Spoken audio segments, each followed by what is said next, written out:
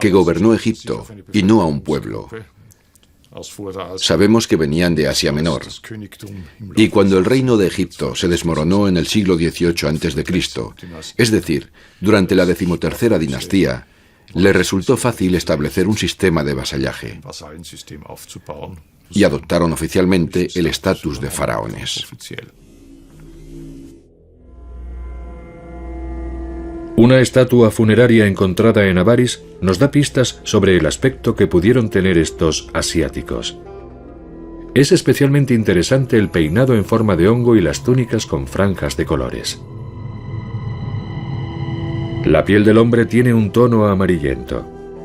El cetro de madera que porta en la mano indica que era un alto funcionario.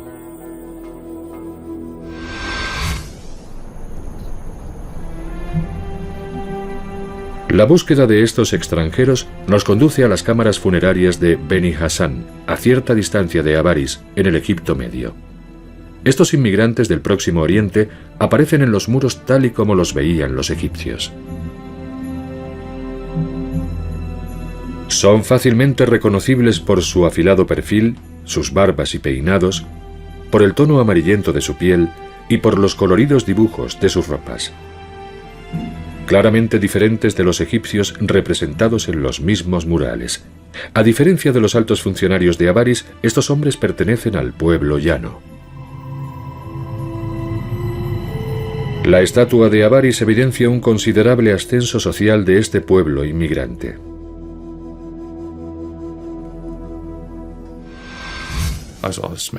En mi opinión, lo que vemos aquí es un aristócrata urbano que ostenta un cargo de mucha importancia y que se hace representar con un atuendo procedente de Asia Menor. Como el resto de la población asiática, no ha adoptado el estilo egipcio, sino que ha conservado plenamente su identidad. Esto parece indicar que estos asiáticos que vivían en Egipto eran gente muy segura de sí misma.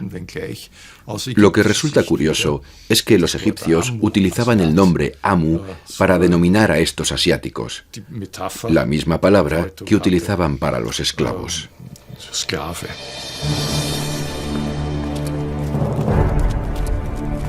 Estos esclavos se convirtieron en reyes.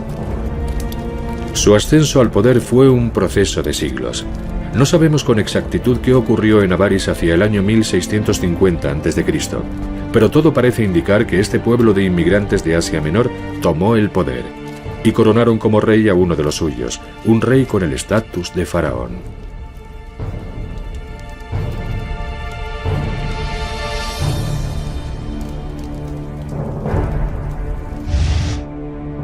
En esta inscripción grabada en la jamba de una puerta se puede leer el nombre de los nuevos soberanos, Ixos, que significa gobernantes de tierras extranjeras.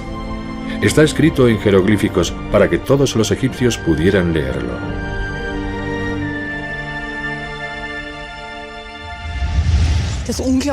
Era algo increíble. Por primera vez unos extranjeros reinaban en Egipto. Estos asiáticos eran conocidos desde hacía mucho tiempo. Se habían asentado en Avaris, al este del delta del Nilo. Cuando el poder central se debilitó, se hicieron con el poder en esta región. El imperio pasó a tener dos centros, uno en el delta oriental del Nilo y el otro en Tebas, lo que hoy es Luxor. Los Ixos extendieron su poder por todo el delta del Nilo sin encontrar oposición. La próspera ciudad comercial de Avaris se convirtió en su capital. El complejo palaciego que Manfred Wittak está excavando desde 2006 pudo ser la residencia de los monarcas.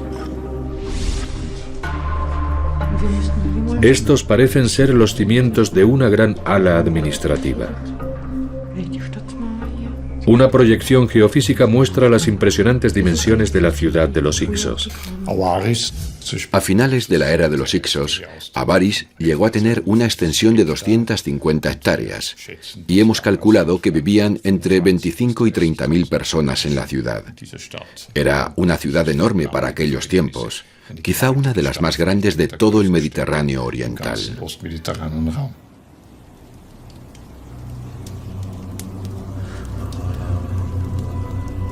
Los extranjeros siguieron cultivando su propia cultura. Sus ritos y tradiciones se extendieron. En Avaris, el dios de la naturaleza Baal se fusionó con la divinidad egipcia Set, dando lugar al nuevo culto de Set-Baal. Había nacido un nuevo dios, y durante el reinado del monarca Ixo-Apophis se convierte en la deidad central. El culto a un dios único era un concepto absolutamente extraño en Egipto. Podríamos aventurarnos a decir que este fue el primer paso hacia un pensamiento monoteísta en el sentido más amplio. Y es posible que la expulsión de los Hyksos estuviese conectada con la idea de que los egipcios no querían que les obligaran a adorar a un dios único. Mucho después de la expulsión de los Hyksos, la reina egipcia Hatshepsut proclamaba: «He restaurado lo que fue destruido cuando los asiáticos estaban en Avaris, y los más desvergonzados de entre ellos derribaron lo que había sido creado, pues gobernaban ignorantes del dios Ra».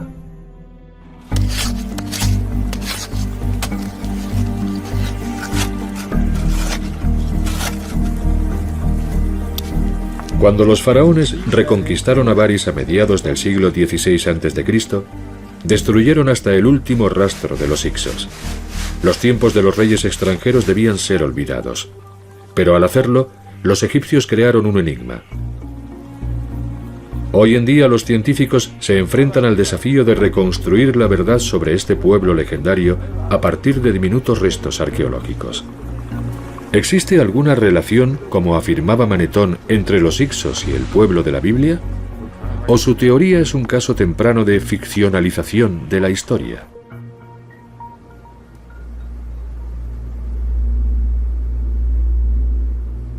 En este caso la respuesta nos la dan pequeños trozos de sellos, no grandes restos de templos o estatuas.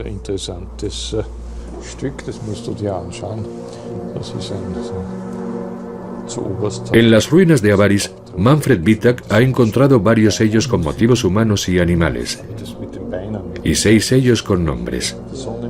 Uno de ellos es un nombre bíblico: Jacob.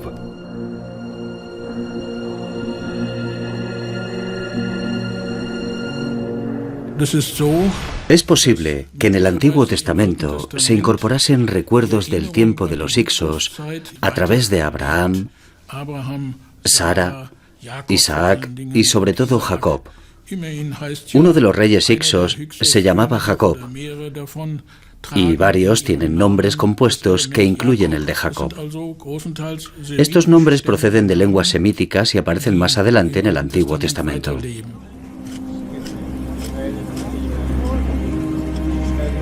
El descubrimiento del nombre bíblico Jacob en un sello del tiempo de los Hyksos ¿puede significar que estos podrían haber sido el pueblo de la Biblia? Los arqueólogos han descubierto una fosa que puede contener algunas respuestas.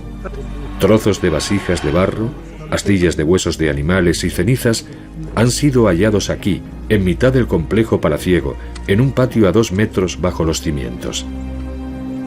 Podrían ser los restos de una comida propiciatoria, quizá parte de un ritual de partida.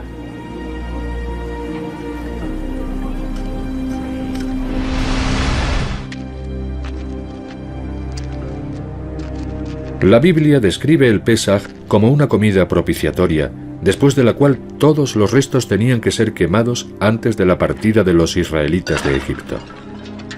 La fosa ceremonial de Avaris sugiere un ritual cultural similar.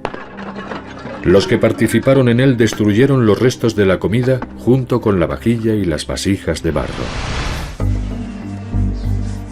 A partir del análisis de los restos de cerámica, los arqueólogos han concluido que posteriormente el palacio fue abandonado.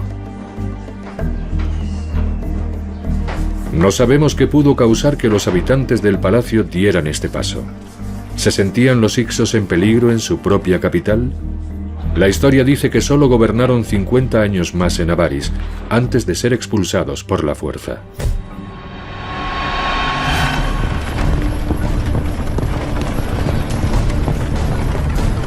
Mediados del siglo XVI a.C. Durante décadas, los faraones egipcios han intentado sin éxito arrebatar el poder a los hicsos y unificar de nuevo todo Egipto. Finalmente, el faraón Amosis I reconquista la ciudad de Avaris y pone fin a un siglo de dominio extranjero.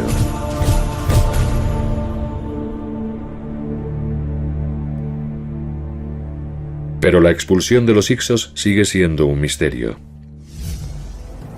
En Avaris no hay rastros de ninguna batalla. Pero a 30 kilómetros, los arqueólogos que excavan en Taru están trabajando en la reconstrucción de los hechos. Han encontrado restos de las fortificaciones originales. Este era el puesto defensivo estratégico de los hicsos en el desierto del Sinaí.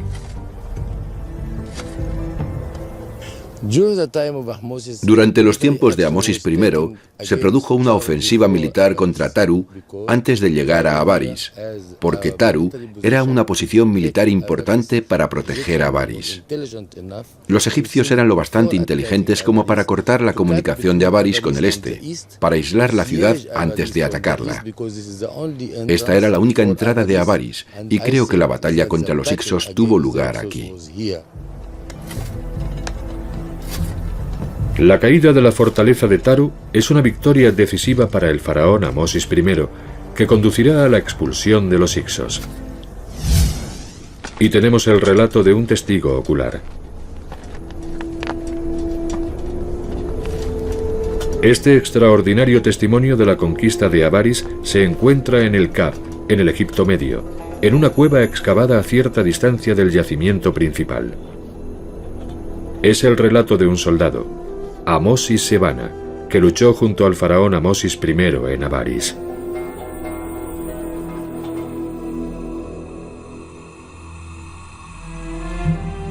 Las inscripciones de su tumba hablan de sus aventuras guerreras. Cuentan que avanzó tras el carro del faraón, que luchó a su lado en Avaris contra los hicsos y que participó en el saqueo de la ciudad.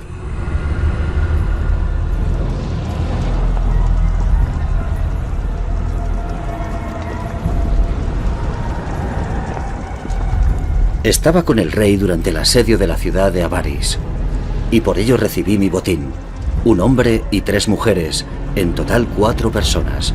Su Majestad me los dio como esclavos.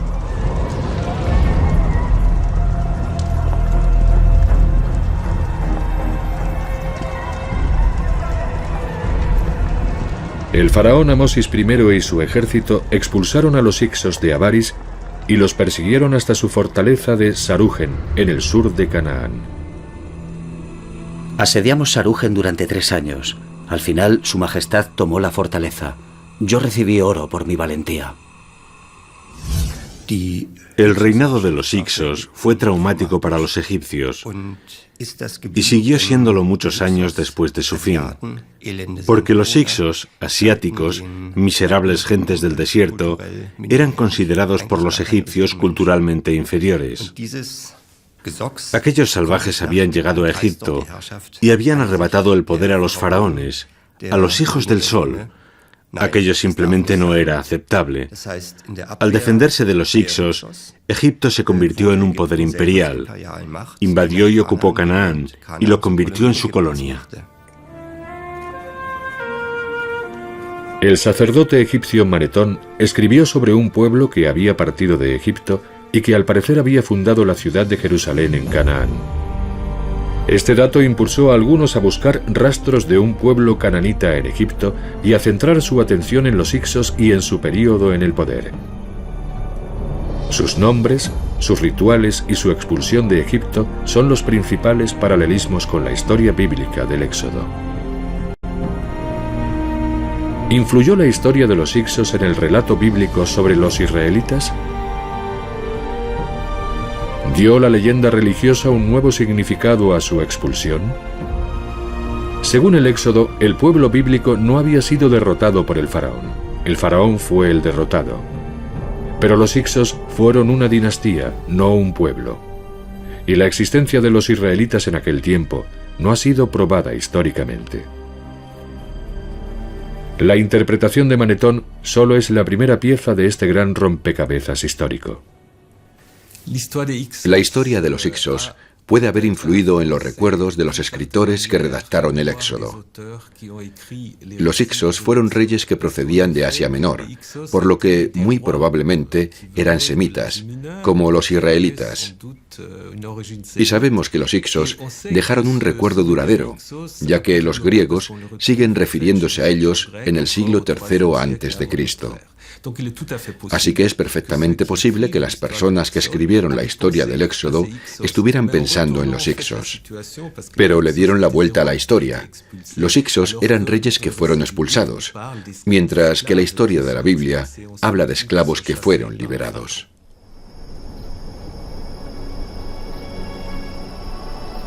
Los textos bíblicos fueron redactados 1000 años después de la época de los Hyksos.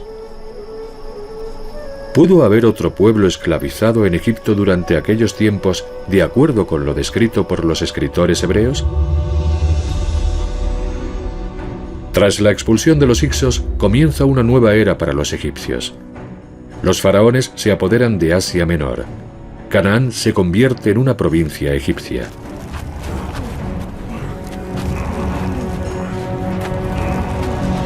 Un gran número de prisioneros de guerra cananitas son llevados a Egipto como esclavos. Entre ellos, un grupo al que los egipcios llaman Apiru, a los que describen como ladrones y bandidos. Aparecen en las fuentes egipcias como mercenarios y esclavos. Un papiro de la época de Ramsés afirma que arrastraban los bloques de piedra para la construcción del gran pílono. Algunos investigadores piensan que ellos eran los primeros israelitas y que el nombre Apiru se habría transformado posteriormente en hebreo. Cuando uno empieza a buscar los orígenes de los hebreos, no tarda en toparse con el término egipcio apiru, que se puede relacionar con el término hebreo.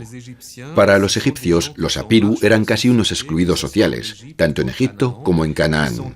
A veces aparecían como siervos del faraón y otras veces combatían contra él. Es perfectamente posible que la palabra hebreo proceda de ese término.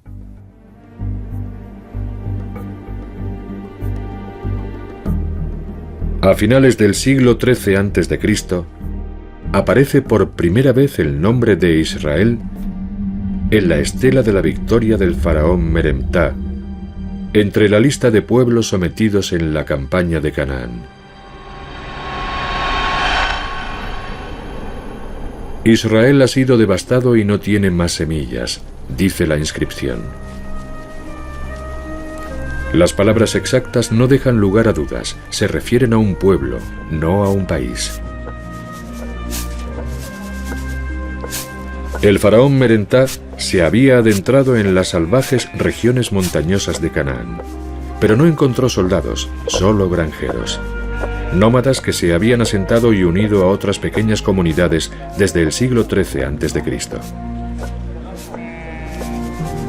Sobrevivían cultivando maíz y criando algunos animales. Eran el embrión de una nueva sociedad independiente que acabaría convirtiéndose en los reinos de Israel y Judá.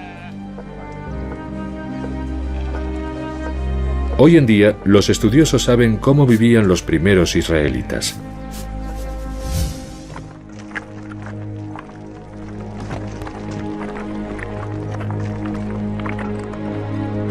Esta es la típica casa de 4 habitaciones, el estándar arquitectónico a principios de la Edad del Hierro en las montañas de Canaán. A ambos lados de la vivienda había 2 estancias que hacían las veces de almacenes o establos para animales. Los arqueólogos han encontrado restos de viviendas de 4 habitaciones similares a esta por toda la región montañosa, lo que demuestra la propagación de una nueva forma de vida social. La arquitectura de estas casas nos ayuda en la búsqueda de pruebas de la presencia de los primeros israelitas en Egipto. Y nos conduce a la zona de los templos de Medinet Abu, en Luxor.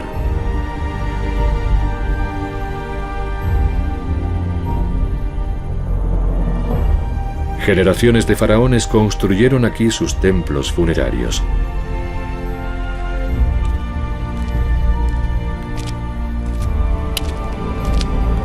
En la década de 1930, los arqueólogos que excavaban los templos de Ramsés III encontraron rastros del pueblo que los había construido. prisioneros de guerra llevados a Egipto como esclavos.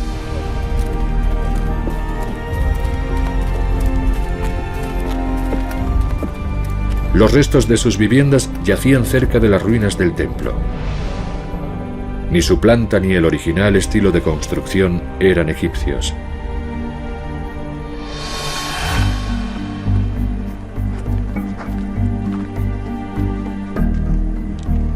Manfred Wittak revisó la documentación de sus predecesores.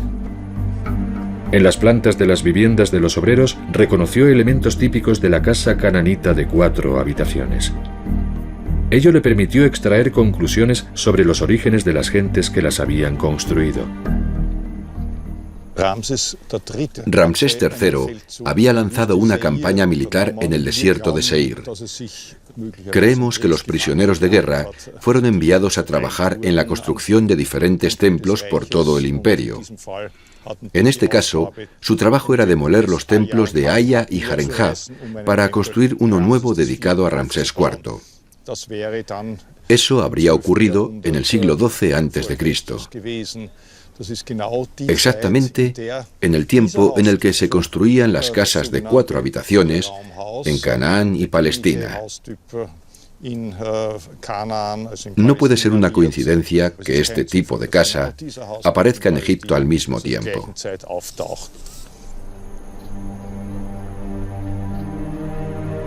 El descubrimiento de estas casas en Medinet Abu es una indicación de que estos pueblos de Canaán estaban en Egipto como esclavos. Entre la lista de los pueblos derrotados que se puede leer en los muros del templo hay una discreta inscripción que se refiere al pueblo de la Biblia. Grabado en piedra aparece el nombre de Yahu, que más adelante se convertiría en Yahvé, el Dios del Antiguo Testamento. Los pueblos que adoraban a Yahvé eran nómadas. Se llamaban a sí mismos los beduinos Sasu de Yahu. En las representaciones de su captura por las tropas del faraón Meremtá en el templo de Karnak encontramos imágenes de los Sasu, el pueblo que posteriormente se uniría a la creciente comunidad de Israel. Hoy podemos decir que el nombre de Yahu designa a este grupo nómada, así como a la región en la que pudieron asentarse, y también al Dios que adoraban.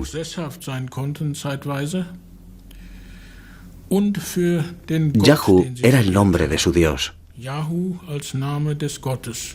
Y de esta forma, Yahu también es el origen del nombre de Dios en la Biblia.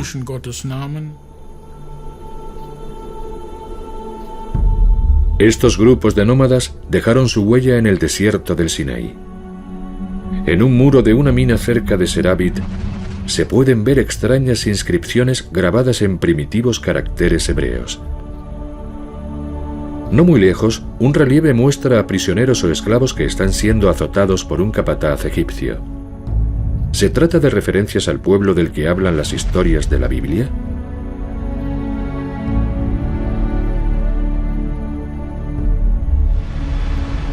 En las minas de cobre de Timna, trabajadores extranjeros, como los Sasu, extraían mineral para los talleres del faraón. Aquí aparece una inscripción que aporta más datos sobre los orígenes de la historia bíblica. Menciona un líder que, según los expertos, podría ser la inspiración histórica de Moisés. El nombre egipcio de este hombre era Ramsés Emperré. Procedía de Asia Menor y tenía el rango de funcionario de la corte. Como inspector en las minas de cobre, su cometido era mediar entre los obreros, los Sasu, y la administración del faraón.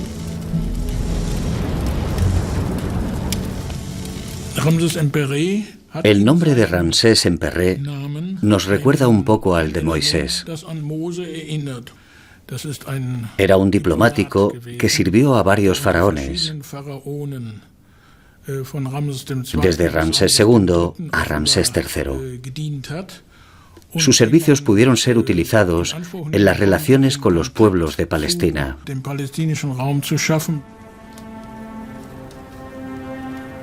En la narración bíblica, Moisés conduce a su pueblo a la libertad. Los textos más antiguos relativos a Moisés y al Éxodo datan del siglo VII a.C., una época de renovación marcada por el reinado de un joven monarca. Hacía mucho que los primeros grupos dispersos de israelitas habían formado una nación y vivían en dos reinos diferenciados, Israel y Judá. El rey Josías de Judá sueña con un imperio que una a los israelitas. Jerusalén será su capital y servirá a un solo Dios, Yahvé.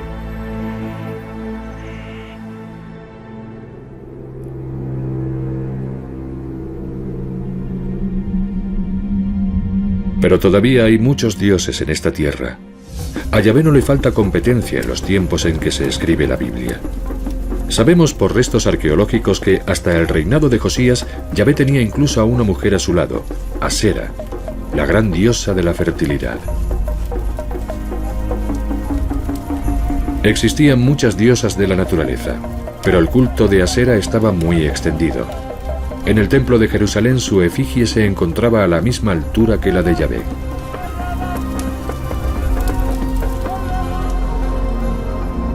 Las reformas del rey Josías romperían una tradición milenaria, la creencia de la humanidad en múltiples dioses.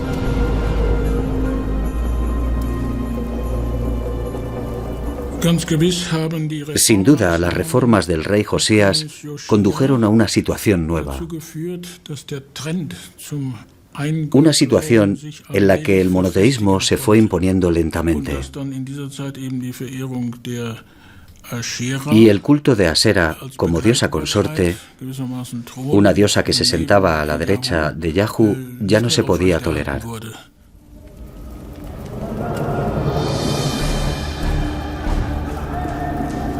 En una reforma religiosa radical, Josías eleva el culto a Yahvé a religión del Estado. El templo de Jerusalén es el único lugar en el que se puede adorar a Yahvé, y solo a él. Las demás divinidades son implacablemente suprimidas. Sus altares y centros de culto son demolidos, y sus estatuas e imágenes destruidas. Y el imperio de Yahvé debe extenderse.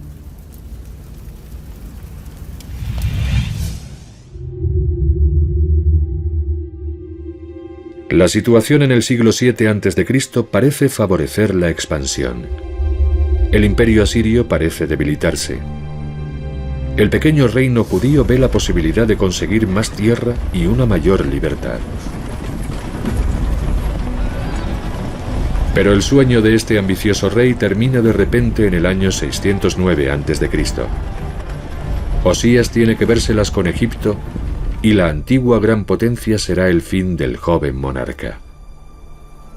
En Megido tiene lugar un extraño evento que sitúa la historia bíblica bajo una nueva luz.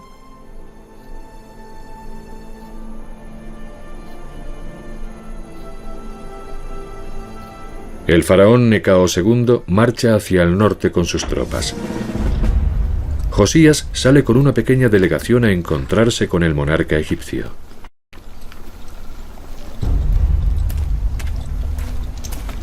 Nadie sabe qué esperaba conseguir con tal gesto.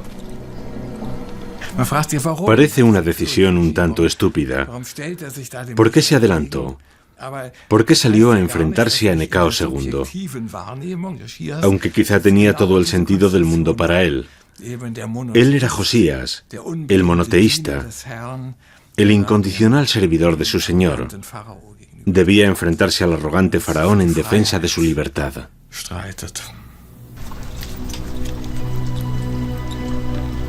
No sabemos si Josías intentaba reafirmar su independencia nacional y religiosa enfrentándose al faraón o si simplemente quería negociar. Pero la historia cuenta que Necao II le hace matar delante de sus seguidores.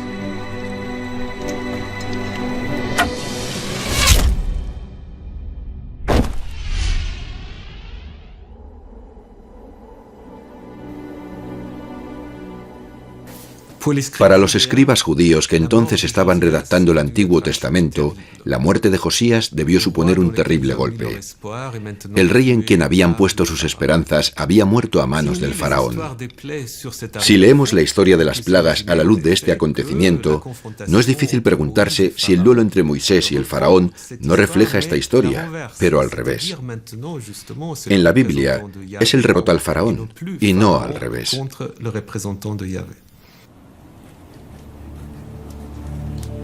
Esta es la época en que se están escribiendo los textos bíblicos. El trágico encuentro con Necao II recuerda de algún modo el enfrentamiento entre Moisés y el faraón sin nombre de la Biblia. Los hechos del presente de los sabios hebreos y las leyendas populares del pasado se entremezclan en el relato bíblico, fundiéndose en una gran epopeya.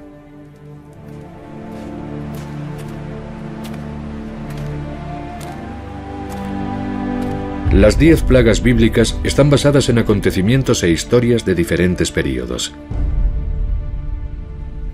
En el relato resultante, los desastres naturales se convierten en signos del poder de Dios.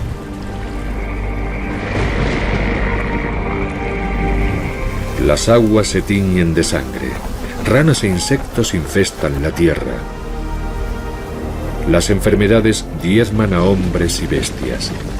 Tormentas de granizo, nubes de langostas y finalmente, las tinieblas.